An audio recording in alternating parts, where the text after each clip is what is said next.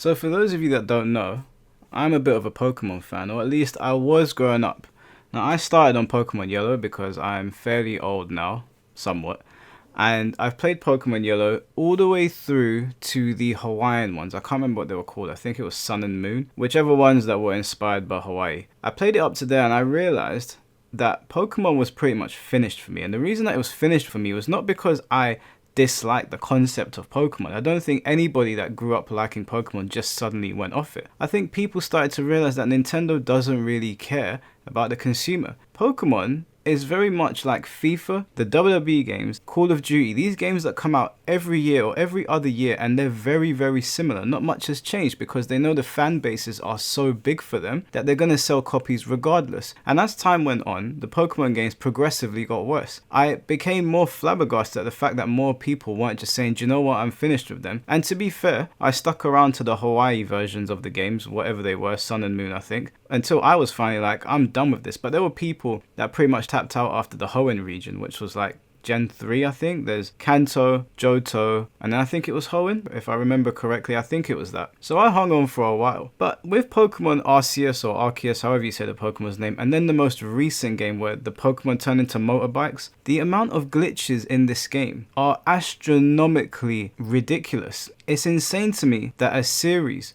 a franchise that makes as much money as Pokemon do, looks the way it does. Now, when I saw them announce it, I immediately said, nope, I am not giving Nintendo any more of my money. And why is that? It's because when I look at the Nintendo Switch and I look at some of the games on there, they genuinely look beautiful. Whilst they don't have the infrastructure or the technology or the backing that a lot of the PlayStation and Xbox games have, they still look very good. Case in point, the new Zelda games. They're very, very pretty to look at. There are other games in there that are done in a very, very cool art style. Even the Catherine games by Sega, they look very nice. But the Pokemon games, for as much money as they generate, look like garbage. Don't look at it as there's games on the Nintendo Switch that are very popular that look worse than Pokemon. Look at how much money they generate, look at how popular they are, and then look at what they're putting out. Now, if a game releases that only has 10 people working on it and their budget is £100,000 or $100,000, I can be very sympathetic to the game not looking very good. 100% I'll probably get down with it, wouldn't mind. But when a game generates millions, potentially billions, because of how big the franchise is, whether that's in games, in merchandise,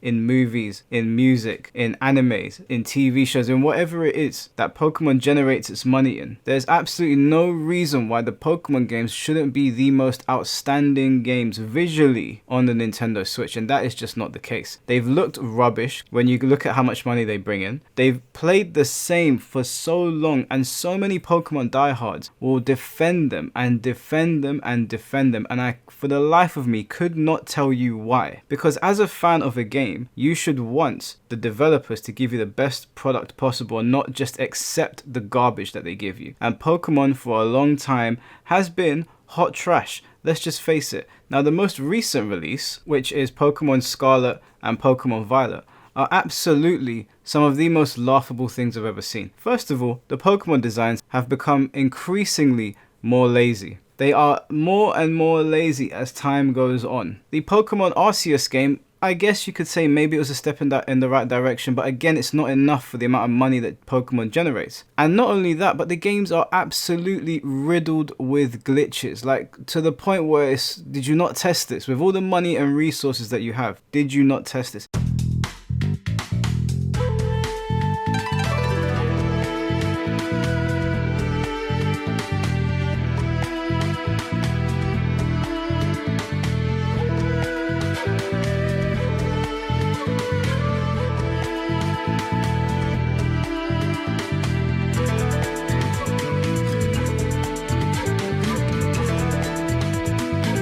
Fans should have boycotted that game as soon as they saw it, as soon as we started to get reviews of it online, and pushed for Nintendo, who is a company that has a lot of money, to be like, do you know what, we need to put our backs into this. Like we used to. Pokemon was special to a lot of people. We should not be accepting half-baked garbage. Now comes along Palworld. Now, I haven't actually sat down and played Palworld myself, because Tekken's here, my time is invested in that, and also in the new Yakuza game. So I'm not going to sit down and play it, I'll be 100% honest with you guys, but I would be lying if I said that I couldn't respect what I have seen. I've seen hours of gameplay. I've sat there in bed, instead of watching a film, being like, let me check out Palworld, let me see what's going on here. And it's everything, to me, at least in my generation, that Pokemon fans had been asking for. Now, I understand Nintendo can't give Ash a gun or Misty a gun. I get that. I wouldn't mind if those things weren't in the game. But everything else that's going on, how good the game looks on the budget that team had, it's indefensible for Nintendo now. And now I'm hearing that they want to sue, they want to take legal action because it looks too similar. I hate to break it to you, Nintendo. Whilst I might not know the ins and outs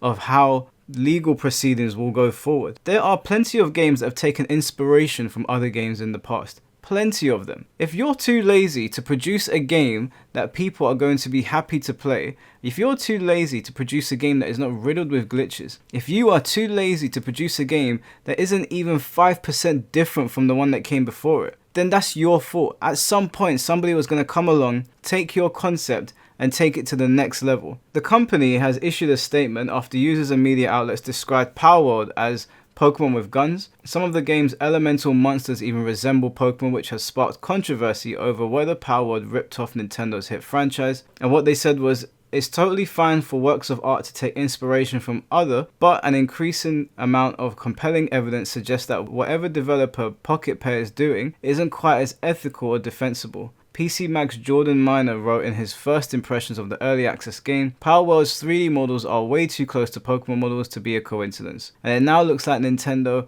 wants to crack down. But despite the veiled legal threat, Tokyo-based Pocket Pair seems confident it can fend off any lawsuit. CEO Takura Mizobi told Automation that the game cleared legal reviews. We make our games very seriously and we have absolutely no intention of infringing upon the intellectual property of other companies. Now, it would be a joke to say they never took inspiration from Pokemon. Of course, just like many games have taken inspiration from other series before. The reason that Nintendo is butthurt right now is not because Palworld looks similar, it's that in 6 days, 6, 7 or 8 days, however long it's been of Palworld being out, it has shifted 8 million copies on Steam.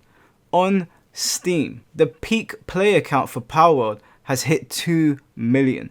Everybody's playing this game, everybody minus me. But I can see someone and be like, do you know what, I respect what they're doing. Now, much like Mortal Kombat and the rants I've done on here, if you don't pull your fingers out of your bum, somebody else will come and do it for you. Not pulling the fingers out your bum part, well, you know what I mean, make your own game. They have made a game that is comparable to Pokemon, I think we can all see that, but they've done it 100 times better. From the footage that I saw of Palworld, and if you haven't seen it, please go check it out. I don't really want to steal any creators' video clips, but it is honestly, I'm just like, yeah, do you know what? For the longest time, we've been asking for Pokemon to evolve. And for the longest time, you've basically told us to go fuck ourselves. So, do you know what? This is what you get. So maybe the next Pokemon game, having seen what Palworld's doing, because don't ever think that an empire can't fall. Maybe you'll change things. Maybe you'll change things up. I tell people this all the time. Yeah, Call of Duty, Pokemon, FIFA, WWE game, all these games that are big and they've got massive followings. Eventually, the casuals will be like, do you know what? I'm tired of this. And the people have spoken. 8 million copies in a mere 6 days, with 2 million people playing at the same time, which is only second to the highest game played on Steam at the same time, which was PUBG.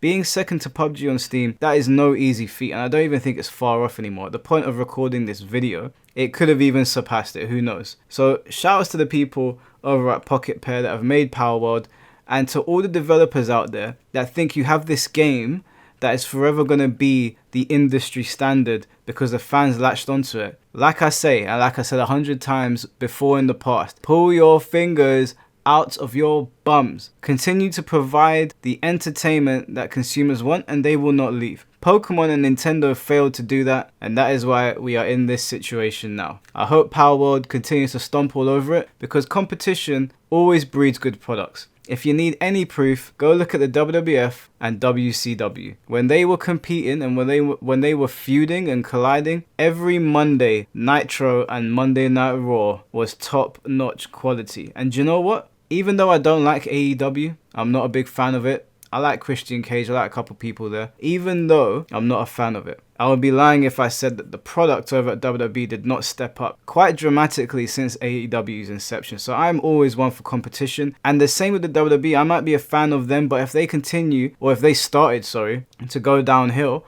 I would jump ship. I want to be entertained. And I don't want people to take the piss out of me just because I've been a loyal supporter of their particular product. Now, WWE is going through its own thing. We're not going to get into that in this video. I'm sure you guys have heard the allegations about Vince McMahon, which are absolutely crazy. And apparently there's allegations, allegedly, against Brock Lesnar being involved in it. But if you don't know what I'm talking about, I would go look it up on the internet. I don't want to make this video about it. It's pretty crazy stuff. Anyways, guys, thank you for tuning in once again. I hope you have a good day. Take care and peace.